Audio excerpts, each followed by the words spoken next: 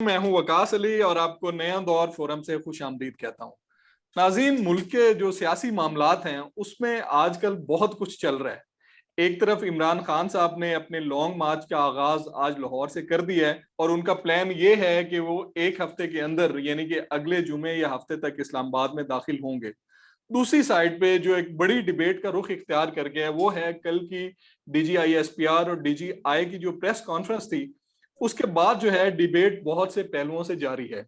तो इस पे भी हमने आज के प्रोग्राम में बात करनी है। और खान साहब का जो लॉन्ग मार्च है, अब कल की इस प्रेस कॉन्फ्रेंस के बाद ये लग रहा है कि जो इस्टेब्लिशमेंट है उन्होंने भी काफी हद तक जो बोझ है वो डाल दिया है हुकूमत वक्त के पलड़े में। अब इमरान खान साहब के बयानिए को काउंटर करने के लिए हुकूमत वक्त की स्ट्रेटेजी क्या है, यह सबसे बड़ा सवाल है। और हम आज बात करेंगे, नून लीग के सीनियर रहनुमा राना एहसान अफजल साहब हमारे साथ मौजूद हैं। उनसे ये जो इम्पोर्टेंट मामलात हैं इन पे बात करते हैं और उनकी राय लेते हैं। बहुत शुक्रिया राना साहब हमें प्रोग्राम में ज्वाइन करने के लिए। सर, सबसे बुनियादी सवाल तो यही है जो मैंने इंट्रो में भी बताया है।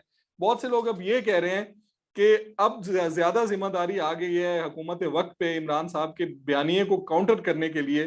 तो उनकी स्ट्रेटजी अभी उस तरह से क्लियर नजर नहीं आ रही। ठीक है, मिलिट्री स्टैब्लिशमेंट जो है उसकी तरफ से कल की प्रेस कॉन्फ्रेंस तो आई है, लेकिन नून लीग के जो बड़े लीडरान हैं उनकी तरफ से इस हवाले से अभी तक कोई वाज़ेह पॉलिसी सामने नहीं आई। तो सर, क्या पॉलिसी है आपके पास इसको काउंटर करने के लिए? बिस्मिल्लाहिर्रहमानिर्रहीम। देखें, कल जब DGI SPR की स्टेटमेंट आई उसके बाद जो है ख्वाजा आसिफ साहब, राना सनाउल्लाह साहब और दीगर हमारे जो लीडर्स हैं उन्होंने उन्होंने भी जो है वो अपनी प्रेस ब्रीफिंग्स दी। और मैं समझता हूँ नैरेटिव अब बड़ा सिंपल है, पर्दाफाश हो चुका है। और पर्दे के पीछे जो है वो बहरूपिया बेनकाब हो गया है। और उसके अंदर क्या चीज जो है वो सामने आई है, वो ये सामने आई है कि कोई आलमी साजिश नहीं है। तो यहाँ जो मार्च ये इमरान खान कर रहे हैं वो दो बुनियादी वो बातें करते हैं। अब तीसरी उसमें एक और एंगल आ गया। पहला वो कहते हैं कि ये नजायज हुकूमत है क्योंकि ये आलमी साजिश के जरिए आई है। आलमी साजिश जो है वो ऑडियो लीक्स ने एक्सपोज कर दी थी। उसके बाद आरिफ अलवी सदर ने एक्सपोज कर दी थी कि उसको भी यकीन नहीं था आलमी साजिश के ऊपर। और फिर उसके बाद कल भी DGI SPR ने कहा कि ये साइफर वाला ड्रामा। तो उसके बाद मैं समझता हूँ जो शूर रखने वाले जो लोग हैं पाकिस्तानी हैं उसमें से आप माइनस कर दें जो इमरान खान का कल्ट है, लेकिन जो बाकी लोग हैं उनको मेरे ख्याल से अब इसके अंदर कोई गुंजाइश नहीं है कि समझे कि आलमी साजिश थी। तो वो बुनियाद तो खत्म हो गई कि उसकी बुनियाद के ऊपर वो अर्ली इलेक्शन मांग रहे हैं। दूसरा जो मसला है वो ये है कि वो कहते हैं आर्मी चीफ की तकर्री ना जो है वो ये हुकूमत करे। तो भाई क्यों ना करे, ये उनका आईनी हक है, ये वजीर आजम का प्रेरोगेटिव है। ऊपर से आप जो है वो ढके पर्दा जो है वो आप ताहयात जो है एक्सटेंशन देने के लिए जो है वो तैयार हो जाते हैं और फिर आगे आके आप गद्दारी के लकब देते हैं इंस्टीट्यूट्स को। और तीसरा जो एंगल है वो अरशद शरीफ साहब का है जो कि बहुत ही एक अंदोनाक और अफसोसनाक वाकया हुआ। उसकी लाश के ऊपर इमरान खान सियासत कर रहे हैं। तो अगर ये तीन बुनियादें हैं उनकी लॉन्ग मार्च की तो कर लें। ये तो पर्दाफाश हो चुका है। और जो इमरान खान का क्लब है वो क्लब के जो मेंबर हैं उनको इमरान खान कहें कि दिन को रात है और रात को दिन है तो वो तो उस पर भी लब्बैक कह लेंगे, तो उनका तो कोई इलाज नहीं है। लेकिन बाकी जो पाकिस्तान है मैं समझता हूं कि उसके लिए अब कोई कंफ्यूजन नहीं है। उसके लिए जो है वो चीजें मामला क्लियर हो गए और ये इंशाल्लाह ताला इसको हमारी लीडरशिप भी इस बयानिए को ओन करेगी, लोगों को समझाएगी। लोग पाकिस्तानी बड़े समझदार हैं, उनको समझ आ जाएगी ये बात।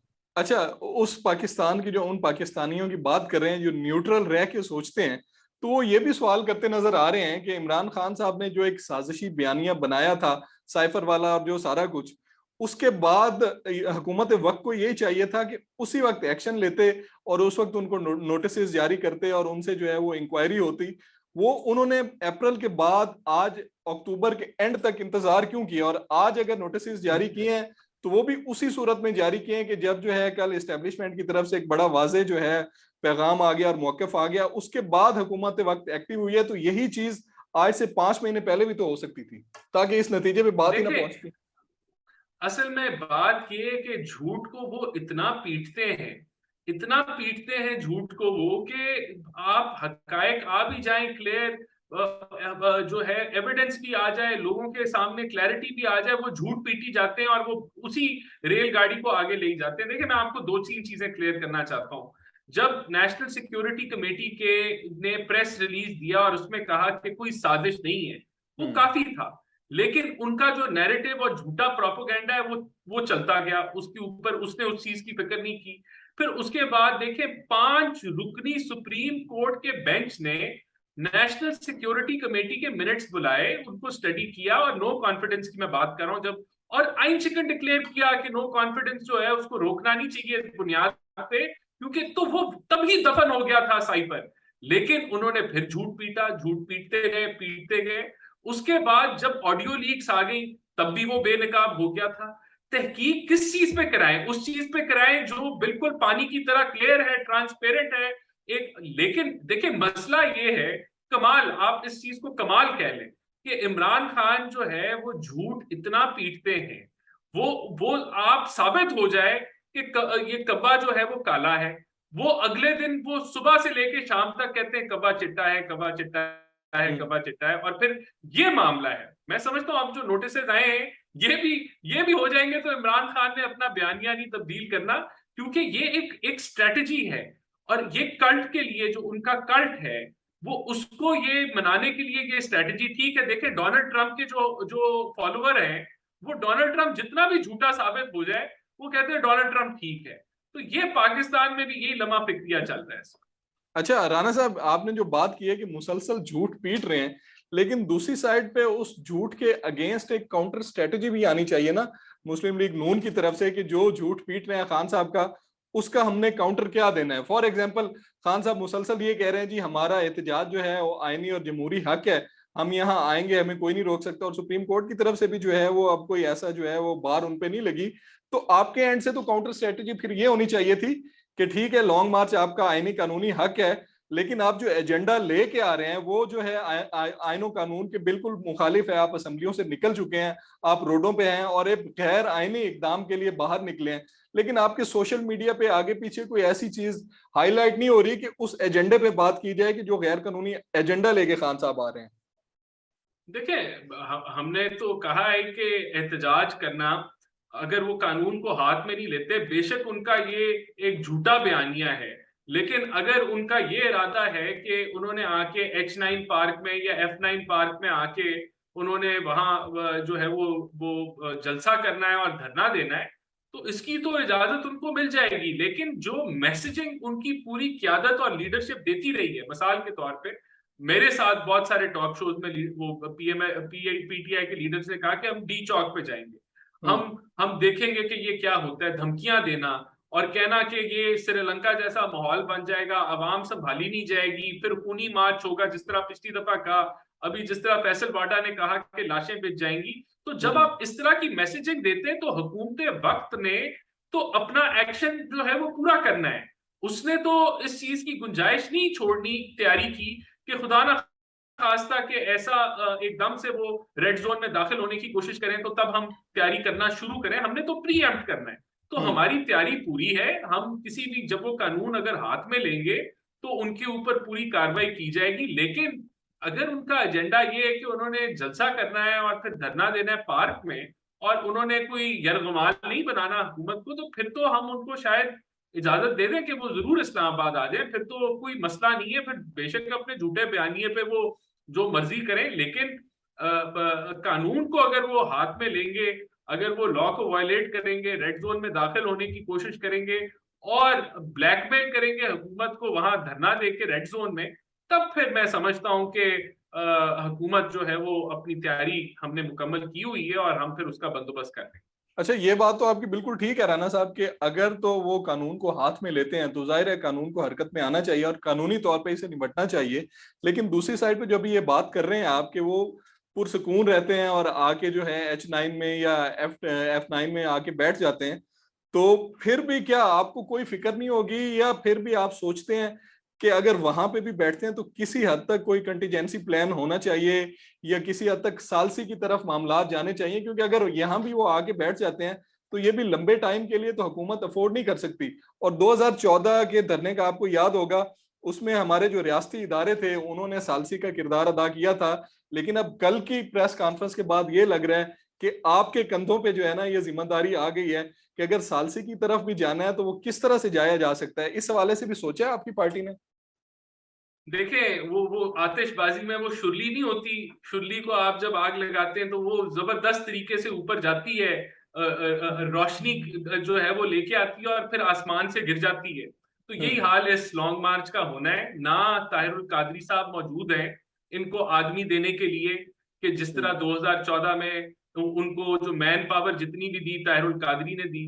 ना एजेंसियां जो हैं वो पीछे से सपोर्ट कर रही है धरने की, जिस तरह पिछली पिछली दफा सपोर्ट किया।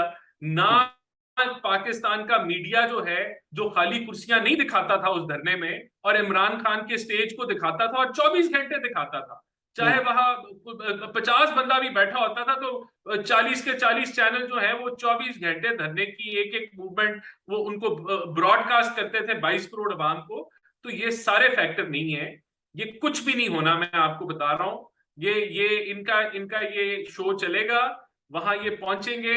फिर जब इनको पता चलेगा कि हम तो बंदे जो हैं यहाँ इकट्ठे नहीं बैठ नहीं रहे, बंदे जमा नहीं हो रहे, ये शर्मिंदा होके वापस जाएंगे।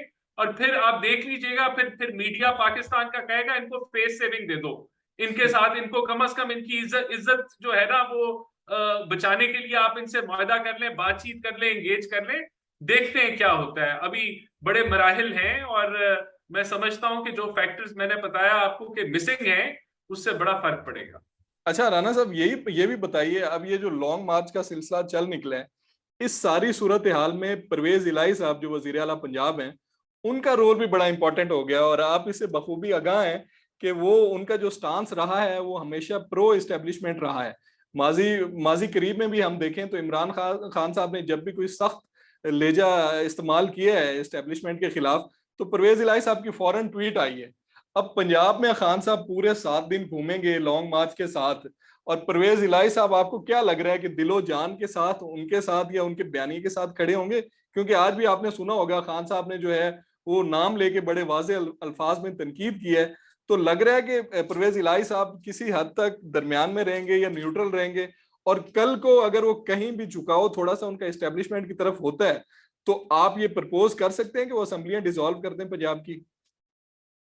देखिए, अगर तो कोई तसादम की शक्ल बनी, अगर तो खुदा ना खास्ता कोई मामला बिगड़े, तो मैं समझता हूं परवेज इलाही साहब जब इमरान खान अपने कंधे से पीछे देखेंगे तो उनको फिर नजर नहीं आएंगे। लेकिन हम्म। अगर मामला जो है वो स्मूथली चले और ये एक जिस तरह मैंने कहा कि वो ये फुलझड़ी टाइप चीज हो गई या शुरली टाइप चीज हुई, तो फिर कोई मसला नहीं है, वो खड़े रहेंगे। लेकिन हम्म। ये मैं आपको बता दूं कि इमरान खान की जो जमात है वो एक कह लें कि टर्न कोर्ट्स का या जो मुख्तलिफ पार्टियों से जो उन्होंने लोगों को इकट्ठा किया है उसका मुजस्मा है। तो हम्म। वो मुजस्मा जो है वो डिक्टेशन लेता रहा है अदारों की, और वो अदारों के खिलाफ चलने वाले नहीं है लोग। तो मैं चलिए। समझता हूं कि सबसे पहले तो ये खुश आइन बात है कि अदारों ने कहा है कि जो 15 साल आगे जो क्यादत आनी है फौज की, वो इस फैसले में शामिल है कि हम सियासत के अंदर अब मुदाखलत नहीं करेंगे। अल्लाह करे कि ऐसा ही साबित हो, हम्म। लेकिन इसको हम अगर हकीकत मान लें तो मैं समझता हूं कि इससे बेहतर पाकिस्तान की तारीख में फैसला अफवाज पाकिस्तान और इस्टेब्लिशमेंट ने शायद पहले नहीं किया। और अगर पहले कर लेती तो पाकिस्तान के काफी हद तक मसाइल जो हैं वो इतने गमगीन ना होते, जिस सूरत पे आज हम जहां जिस नगर पे आज हम खड़े वो सूरत हाल ना होती। तो अल्लाह खैर करे। अच्छा राना साहब, आपने पहले फैसला करने की बात की है, तो अभी भी जो लॉन्ग मार्च का मामला चल रहा है वो एक हकीकत जो है वो सब पे अयां है कि खान साहब जो आर्मी चीफ के अपॉइंटमेंट है उसके हवाले से बड़े डिस्टर्ब हैं। वो चाह रहे हैं कि उससे पहले पहले इतना प्रेशर बिल्डअप हो जाए कि जो है वो गवर्नमेंट घर चली जाए और नए इंतखाबात का ऐलान हो जाए। और शायद खाकान अब्बासी साहब ने भी जो है 1-2 दिन पहले यही कहा है कि ये सारा मामला ही नवंबर की तैनाती की वजह से है। तो प्राइम मिनिस्टर साहब का भी इस्तेकाक है कि वो वक्त से थोड़ा पहले भी जो है वो अनाउंस कर सकते हैं। अब तो दिन भी बड़े थोड़े रह गए हैं, तो क्या ये काउंटर स्ट्रेटजी नहीं हो सकती कि कुछ दिन पहले ऐलान कर दिया जाए ताकि इमरान खान साहब के लॉन्ग मार्च को डिसमेंटल कर दिया जाए? देखिए, मैं समझता हूँ, मैं to tell you the truth, मैं उस डिसीजन मेकिंग के अंदर नहीं शामिल जहां आर्मी चीफ की तकर्री कब होनी है और किसने होना है। मैं उस फैसले का मुझे डायरेक्टली नहीं मालूम, लेकिन आप ठीक कह रहे हैं कि अगर अगर वो फैसला हमारी हुकूमत और वजीर आजम अगर पहले कर दें तो ये उनकी जो एक ख्वाहिश है वो तो दफन हो जाएगी। लेकिन अगर वो पहले नहीं भी होता, अगर वो टाइम पे भी होता है, तो वो आईनी तरीके से होना है, और वो इमरान खान का ये लॉन्ग मार्च उसको रोक नहीं पाएगा। लेकिन मैं समझता हूँ मुल्क के लिए शायद बेहतर हो जाए कि अगर जहां वो 3 या 4 हफ्ते रह गए, तो वो मेरे ख्याल से अगर वो 1-2 हफ्तों में हो जाए मामला, तो ये लॉन्ग मार्च का जोर एक एक जो उनका एजेंडा है, कह लें 34% या 40% एजेंडा जो लॉन्ग मार्च का है, वो तो दफन हो जाएगा। अच्छा, बिल्कुल ठीक है। आखिर में राना साहब, मैं आपसे जो है ना वो अंदर की खबर निकलवाने की कोशिश कर रहा हूँ कि खान साहब 3-4 दिन पहले जो कह रहे थे कि हमारे बैकडोर राब्ते चल रहे हैं, और कुछ खबरें ये भी आई थी और बड़े क्रेडिबल जर्नलिस्ट ने ये भी बताया था कि हुकूमत वक्त और पीटीआई के दरमियान किसी हद तक इस बात पे इत्तफाक पाया जा रहा है कि मार्च या अप्रैल में जो है ना इंतखाबात की डेट दे दी जाए। तो इस हवाले से क्या अभी भी राब्ते चल रहे हैं, या कल की प्रेस कॉन्फ्रेंस के बाद अब ये चीज क्लियर हो गई है कि अब कोई राब्ता नहीं है, जो होगा हुकूमत अपना टेन्योर पूरा करेगी और खान साहब को कोई लिफ्ट करवाने के मूड में नहीं है? देखिए, मैंने तो आपको पहले ही बता दिया कि इमरान खान की डिमांड्स की कोई बेसिस नहीं है, कोई लॉजिक नहीं है, कोई सेंस नहीं है, सिवाय उनकी अना की और सिवाय इस फैक्टर के कि उनको लगता है वो बड़े पॉपुलर हैं, अगर जल्दी इलेक्शन हो जाएंगे तो वो मेजोरिटी जो है वो ले जाएंगे। इसके अलावा और कोई मामला नहीं है। हम कतन कोई जो है, अगर उन्होंने बातचीत करनी है तो वो आए असेंबली में, ऑपोजिशन में बैठे, उनसे बातचीत हो जाएगी। लेकिन उससे पहले मैं नहीं समझता कि कोई इन इन मामलात के ऊपर हुकूमत जो है वो नेगोशिएट करेगी, नहीं करेगी, कोई वजह नहीं बनती, कोई बिल्कुल तुक नहीं सही है, बड़ी बनता। अगर पॉजिटिव इसका बात आपने की है कि जो भी डिमांड्स हैं जो भी हैं उसका एक आईनी तरीकाकार हो और वो असेंबलियों में बैठे और उस पर जो है बातचीत हो। जोर जबरदस्ती से जाहिर है कि कोई हुकूमत घर नहीं जाती, और हमारी हिस्ट्री भी यही रही है कि आज तक लॉन्ग मार्च और धरनों से कोई भी हुकूमत कर नहीं गई। बहुत बहुत शुक्रिया राना साहब हमें प्रोग्राम में ज्वाइन करने के लिए। उम्मीद है नाजरीन आपको आज का प्रोग्राम पसंद आया होगा। अपनी राय से जरूर आगाह कीजिएगा। अगले प्रोग्राम तक के लिए इजाजत दीजिए। अल्लाह हाफिज।